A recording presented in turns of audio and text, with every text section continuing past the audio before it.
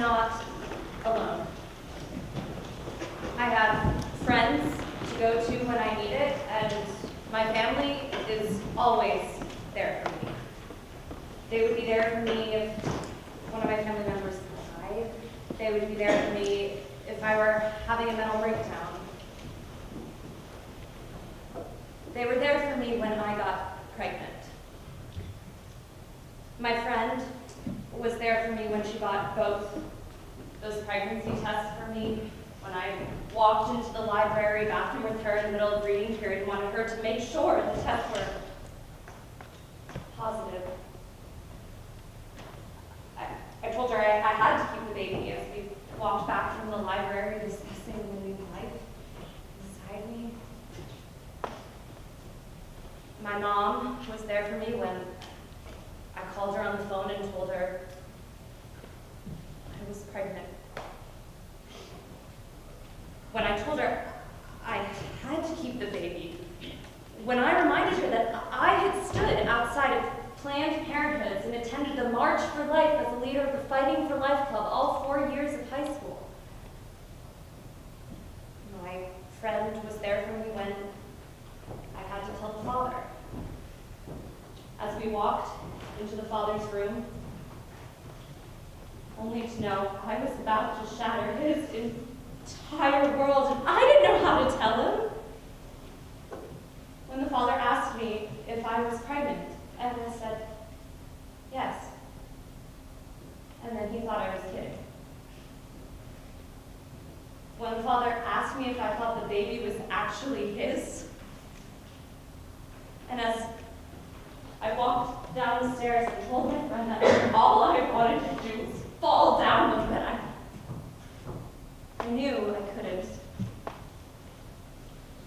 My mom was there for me when, after speaking with the father of the baby, I decided to take the abortion pill. When she made the call and forced the doctor to come in on her day off, when I struggled with the decision that went against everything I believed and had fought against for the past 6 years, when she asked me if I needed to talk to someone, when the doctor called me 24 hours before to explain to me everything that would happen, when my mom told me the story of her and my father, that she had been sitting in a Planned Parenthood, pregnant with my younger sister, who decided to walk out. And as I sat in my TV room watching a Duke basketball game, pretending like nothing was wrong, as I held the 4 abortion pills in my mouth, waiting to be dissolved so the abortion to begin. My mom was there for me when the pain started, and the cramps. They were worse than anything I had ever felt. When I cried for the pain pills, when I tried to take a pain pill but ended up throwing up instead, when there were a box of pads by my bed, when I had to go to the bathroom every 2 hours to make sure that my bleeding wasn't too much, when my pad was soaked to the bone and I had to put a new one on, and as I sat on the toilet and the blood just kept flowing, and as I leaned over on the toilet to try to make the pain a little less, and when I truly believed I saw a little something being flushed in the toilet.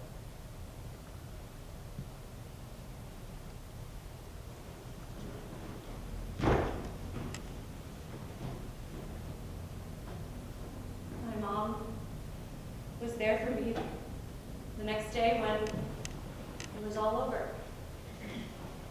When I had to make up a lie, and my sister asked why I was sick the night before.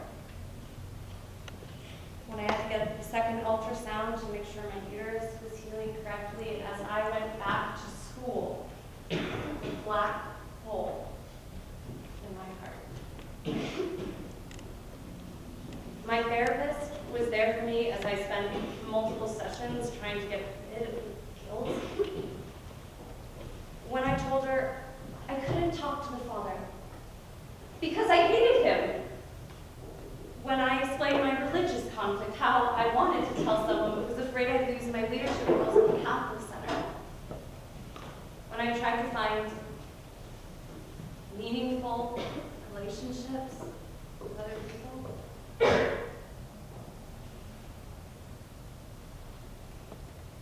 But who was there when I knew I was going to do the wrong thing and decided to do it anyway?